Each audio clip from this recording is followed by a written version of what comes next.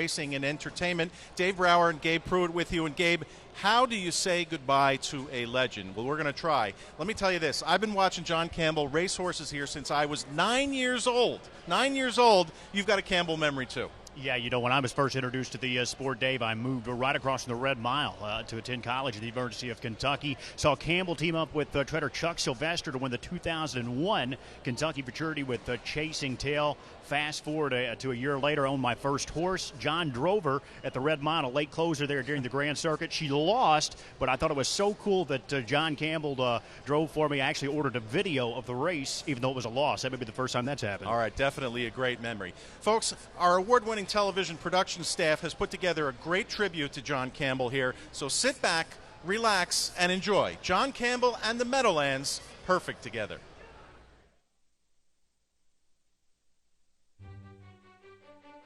There were no stakes races scheduled on Friday, April 8, 1955, right in the middle of the booming 50s.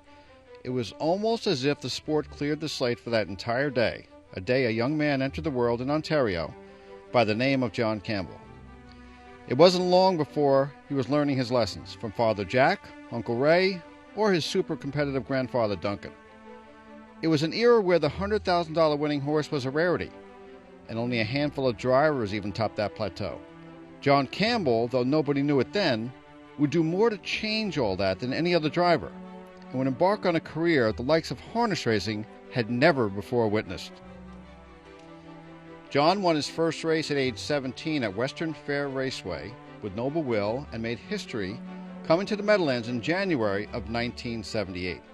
His first year saw him win 33 times at about 12%, just a hint of what was to come in 1979, when he would be both the youngest driver ever to lead the Meadowlands and North America in earnings, something he repeated in 1980. For the rest of the decade, he rose to the very top of the sport.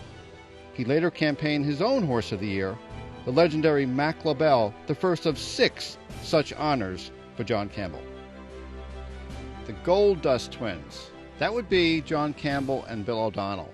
No two names are more closely linked in the 80s into the 90s than those two. They won every earnings title in the 80s, every Meadowlands driving title, and they had every milestone from 4 through 12 million claimed as theirs. And fittingly, they entered the Hall of Fame together in 1990. How about John Campbell? What do the others think? Double Hall of Famer Stan Bergstein said of John, "He has a special grace that can virtually lift a horse into performance." John Cashman, for whom the Nat Ray was renamed, said of John, "John has intellect, force of will, and instant research skills. He knows not only the strengths and weaknesses of his horses, but of his competitors as well." And John Cashman also added, "A broader vision than most. That's John Campbell. He sees beyond the racetrack. He knows all the problems and has a unique ability to communicate with the public." Gary Forster, one-time editor of the Canadian Sportsman, said, "The driving part is genetic. Jack and Duncan, father and grandfather, bear that out. But maybe brother Jim, 7 years younger, said it best. John is a better person than he is a driver." John has made the 4 years of the $1 Million Babies his own personal playground from 1986 through 1989. His rapid ascent coincided with the oncoming $1 Million race era, and no one has won or appeared in more $1 Million events than has John. He's indeed an international star. Born in Canada, made his biggest impact in New Jersey, he stunned the racing world in Sweden with Mac LaBelle, and twice won the Meadowlands Pace with Down Under's leading conditioner, Brett Pelling. No one has or had this level of sustained excellence in any sport as has John. Consider this. He set a world record with Beecher in '82 and 3 straight world records with J.L. Cruz 33 years later in 2015. He won a $100,000 race in 1979 with Mary Isle. 38 years later, he won the Dexter Cup at Freehold. That's unprecedented. He won Breeders' Crowns in his 20s, 30s, 40s, 50s, and 60s. That's right. He was 60 when he won his last with Wild Honey. And he set the single-season earnings record at age 24 and again at 47. No one's come close to duplicating that feat. John's career has been highlighted by the steady parade of major stakes wins, awards, accolades, and honors, and Hall of Fame inductions. While many look to avoid the glare of the shining spotlight, John seemed even more at ease. The bigger the purse, the better he was. He reveled in the moment, saw no climb too high, and it all resulted in a reservation in the winner's circle, one he responded to in the affirmative with breathtaking regularity. No doubt that harness racing's red carpet has taken on a definite maroon tinge in the past 4 decades. Through it all, John has displayed a decency that stretched far beyond the 2 turns of the mile track. He's been called upon to make special appearances, goodwill gestures, to educate the masses, with an emphasis on the youth of today, even taking a turn on the board at the Harness Horse Youth Foundation. And he's also done exemplary work alongside White Paula with the Standardbred Retirement Foundation. John's received a Meritorious Service Award from the Governor General back in 2000, was saluted by the New Jersey State Assembly in 2004, and has been invited to speak at countless events.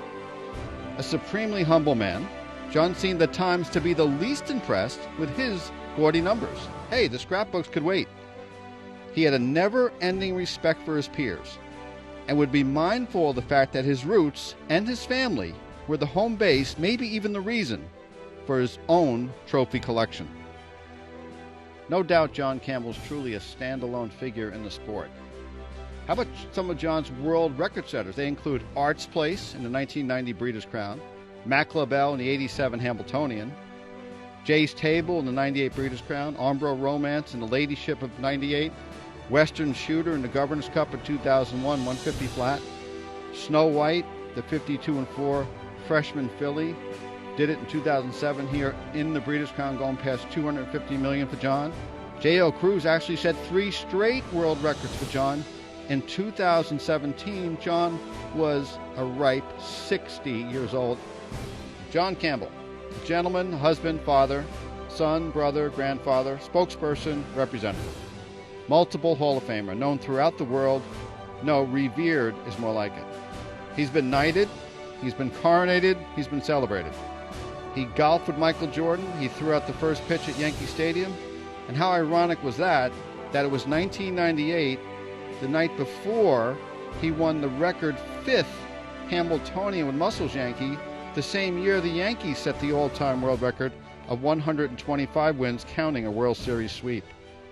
Even though John could claim the King's chair as his own, he was never one to rest on his own laurels, or even dare glance at the back of his bubblegum card.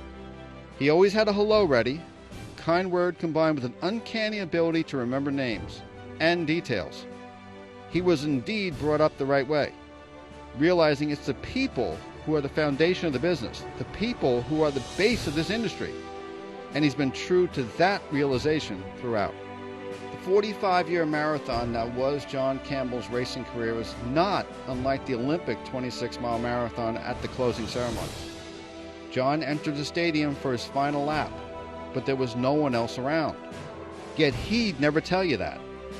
How fitting for a workmanlike figure to take his final lap like he did all the others, but this time the cameras, spotlights, microphones, adoring fans, and the entire sport had their chance to tip their caps to John and only John, to recognize his achievements and be able to say that they saw John Campbell wrap up the single greatest and most notable career of anyone in the history of standardbred racing.